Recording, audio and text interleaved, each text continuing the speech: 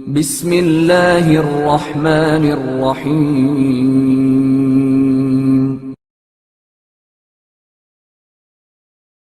فوج حسینی کے حسین جواں۔ آج 7 محرم الحرام ہے۔ آج سے ساقی کوثر کی اولاد پر پانی بند ہو گیا تھا۔ میر انیس نے اپنا ایک مرثیہ اسی یاد سے شروع کیا ہے۔ جب 7ویں تاریخ کی مقتل میں شب آئی، غربت میں نبی زادوں پر آفت عجب آئی۔ شب آئی کہ فوج غم و رنج و تعب آئی، تھا شور کہ بس موت غریبوں کو اب آئی۔ راحت نے کنارہ کیا زہرا کے پسر سے، پانی بھی ہوا بند اسی شب کی سحر سے۔ طبری اور دوسرے مورخین نے لکھا ہے کہ 7 محرم کو ابن سعد نے عمرو ابن حجاج کو 500 سواروں کے ساتھ اس لیے مقرر کیا تھا کہ نہر فرات سے ایک قطرہ پانی بھی خیام حسینی میں نہ جانے پائے۔ ابو مخنف وغیرہ لکھتے ہیں کہ جب پیاس کی شدت ہوئی اور کنویں کھودنے پر بھی پانی نہیں نکلا تو امام علیہ السلام نے حضرت عباس کو فرات سے پانی لانے کی کوشش کرنے کا حکم دیا۔ چنانچہ آپ چند اصحاب کے ساتھ گئے اور شدید جنگ کے بعد چند مشکیں پانی کی بھر لائے، اور اسی نسبت سے آپ کا لقب سقائے اہل بیت ہوا۔ اس کے بعد نہر فرات پر کئی ہزار فوج مقرر کی گئی، جو صبح و شام ننگی تلواریں لیے ہر طرف پہرا دینے لگی، اور خیام حسینی میں 8ویں سے ایسا قحط-اب ہوا کہ خدا کی پناہ۔ 3 دن کی پیاس میں روز عاشور حسین اور انصار حسین اور عورتوں اور بچوں کا کیا حال ہوگا، اس کا کچھ حال تو تاریخوں میں درج ہے، اور جو چشم تصور دیکھ سکتی ہے وہ حسینی شعراء نے اپنے مرثیوں میں پیش کیا ہے۔ شعر و ادب نے کام ہی یہی کیا ہے کہ حیات و کائنات کی تاریخ میں جو خلا رہ گیا ہے اس کو اپنی فکر اور مصورانہ تخیل سے پر کرنے کی سعی کی ہے۔ ایک صداقت تو تاریخی اور واقعاتی ہوتی ہے، دوسری صداقت ادبی ہوتی ہے۔ ادب میں تفاصیل و جزیات تو ادیب اور شاعر کی اپنی خیال آرائی کا نتیجہ ہوتی ہے، مگر ان کی بنیاد حقائق اور فطرت انسانی پر ہوتی ہے، اور جتنی یہ بنیاد مستحکم ہوتی ہے اتنا ہی بڑا اور جاندار ادب ہوتا ہے۔ ایک اور بات یہ ہے کہ ادب کے موضوعات میں نیکی اور بدی کی کشمکش سب سے مقبول اور پسندیدہ موضوع ہے، اور چونکہ المیہ کربلا میں یہ کشمکش نہایت شدید اور گوناگوں پہلوؤں اور اشخاص کے ساتھ موجود ہے، جس میں عورتیں، بوڑھے، جوان سب شامل ہیں، اس لیے اس سے ایسا عظیم ادب رونما ہوا ہے جس کی مثال ملنا مشکل ہے۔ عالمی ادب پر مسلمان شعراء و ادبا کا یہ احسان ہے کہ انہوں نے کربلا کو اپنی فکر کا سرچشمہ بنایا۔ وہ کربلا جو دریائے نیل سے زیادہ طویل اور بحر اعظم سے زیادہ وسیع اور عمیق سمندر ہے، اور در حقیقت یہ اسلام اور رسول اسلام کا فیض ہے کہ اس نے ذبح عظیم، شہادت عظمی اور قربانی کبیر سے انسانیت کو ایسا شرف عطا کیا کہ وہ مسجود ملائک ہونے کی اہل ثابت ہوئی۔ کربلا کے ابھی بہت سے پہلو ادب و شعر کو بلندیوں تک لے جانے کے منتظر ہیں۔ مثلا امام حسین علیہ السلام کے ایک جانثار ساتھی وہاب ابن عبداللہ کلبی، ان کی 9 عروس بیوی اور والدہ گرامی کا حال جس کی نظیر تاریخ عالم میں نہ ملے گی۔ وہاب کی والدہ کا نام قمری تھا۔ ان کی محبت، مودت محمد و آل محمد کے متعدد واقعات کتابوں میں ملتے ہیں، مگر کربلا میں ان کے کردار اور ان کی محبت حق کا کیا جواب ہو سکتا ہے۔ آغاز جنگ ہی سے وہ اپنے نوجوان بیٹے کو، جس کی شادی کو بمشکل 2 ہفتے ہوئے تھے، میدان جنگ میں جانے اور فدائے حق ہونے کا شوق دلا رہی تھیں۔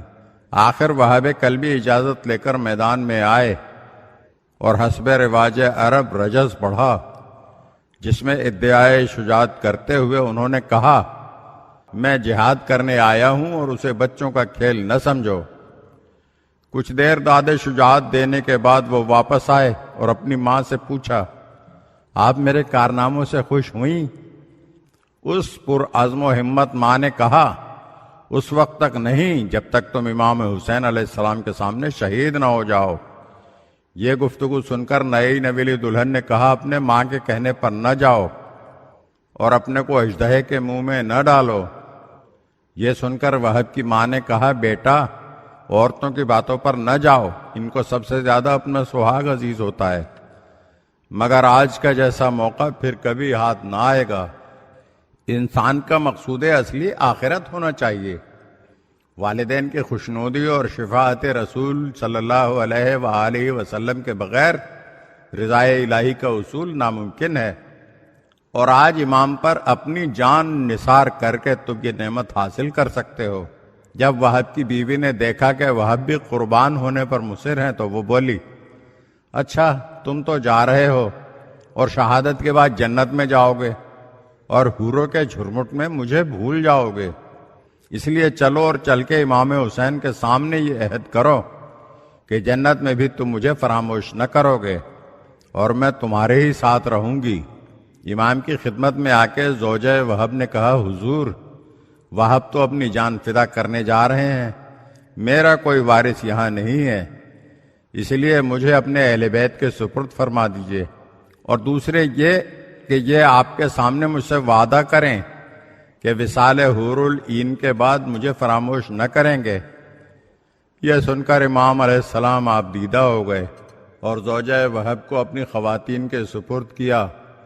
ادھر وہب نے وعدہ کیا کہ میں جنت میں بھی تجھ سے جدا نہ رہوں گا، اور پھر میدان جنگ کا رخ کیا جہاں بھرپور جنگ کے بعد ان کے دونوں ہاتھ قطع ہو گئے۔ یہ دیکھ کر زوجہ وہب نے خیمے کی ایک چوب ہاتھ میں لی اور شوہر کے قریب پہنچ گئی اور شوہر کو نصرت امام حسین علیہ السلام اور حصول شہادت کا جوش دلانے لگی۔ وہب نے کہا حیرت ہے، کچھ دیر پہلے تو مجھے میدان میں جانے سے روک رہی تھی اور اب خود میدان میں آ گئی ہے اور مجھے نصرت امام حسین کا جوش دلا رہی ہے۔ تو واپس جا، عورتوں سے جہاد ساقط ہے۔ اس مومنہ نے کہا ہرگز نہیں، اب ہم تم دونوں ساتھ خاک و خون میں لوٹیں گے۔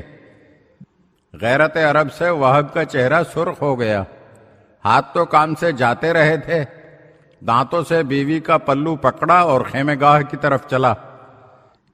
امام حسین کو خبر ہوئی تو آپ نے اس کو دعا دی اور سمجھایا کہ عورتوں پر جہاد بالسیف فرض نہیں، تو عورتوں میں واپس چلی جا۔ اس نے کہا مولا مجھے لڑکے مر جانے دیجئے، میں دشمنوں کے ہاتھوں اسیر ہونا پسند نہیں کرتی۔ اسی دوران دشمنوں نے ایک بار پھر حملہ کیا اور وہب کو شہید کر دیا، تو زوجہ وہب پھر میدان میں نکل آئی اور اس کا سر زانو پر رکھ کر خاک و خون صاف کرنے لگی اور اسے مبارکباد دینے لگی۔ یہ ایسا منظر تھا اور اس کی گفتگو میں وہ اثر تھا کہ ہر طرف آہو بکا کی آوازیں بلند ہونے لگی کہ شمر ملعون نے اپنے غلام کو حکم دیا اور اس نے آہنی گرد سے زوجہ وہب کو شہید کر دیا۔ مورخین کا اتفاق ہے کہ یہ پہلی عورت تھی جو نصرت امام میں شہید ہوئی۔ اس کے بعد فوج یزید نے وہب کا سر کاٹ کر اس کی ماں کی طرف پھینک دیا۔ مادر وہب نے دوڑ کر اسے اٹھا لیا اور پیار کر کے کہنے لگی اس خدا کا شکر ہے جس نے تیری شہادت سے مجھے سرخرو کیا۔ اے قوم عدا، اے بد کردارو، میں گواہی دیتی ہوں کہ قوم نصارہ اپنے کلیسا میں اور قوم مجوس اپنے کنیسہ میں تم سے بہتر ہے۔ اور پھر ایک چوب خیمہ لے کر حملہ آور ہوئی اور یزیدیوں کو اسی کی ضرب سے قتل کیا۔ امام حسین علیہ السلام نے اپنے انصار بھیج کر بمشکل مادر وہب کو میدان سے واپس بلا لیا اور فرمایا اے کنیز خدا، خیمے میں جا کر خواتین میں بیٹھ، اس لیے کہ عورتوں کے لیے حکم جہاد نہیں ہے، مطمئن رہ کہ تو اور تیرا بیٹا میرے جد بزرگوار کے سائے میں جنت میں رہیں گے۔ مادر وہب نے کہا خدایا میری امیدوں کو منقطع نہ کرنا۔ امام نے فرمایا اے ام وہب، اللہ کبھی تیری امیدوں کو قطع نہیں کرے گا۔ انصاف سے بتلائیے کیا یہ واقعات عظیم ادب کے محرک نہیں ہیں؟ کربلا میں قدم قدم پر ایسے ہی اوراق بکھرے ہوئے ہیں۔ اللہ اکبر، مجھے پھر انیس یاد آ رہے ہیں۔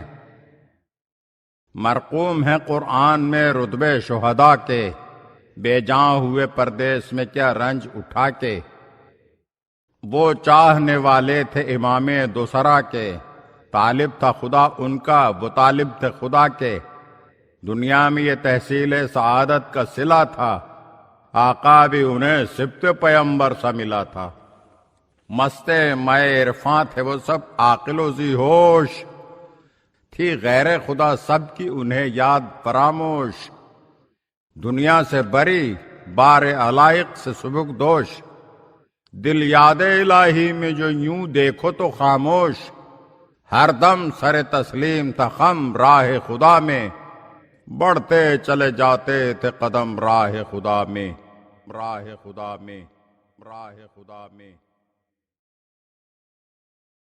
اگر آپ ہمارے چینل کی نئی ویڈیوز دیکھنا چاہتے ہیں تو ہمارے چینل کو سبسکرائب کریں اور گھنٹی کے بٹن کو دبائیے تاکہ ہر آنے والی ویڈیو آپ کو جلد موصول ہو سکے، اور ہاں، لائک اور شیئر ضرور کیجیے اور اپنے قیمتی کمنٹ سے ہمیں آگاہ کیجیے۔ شکریہ۔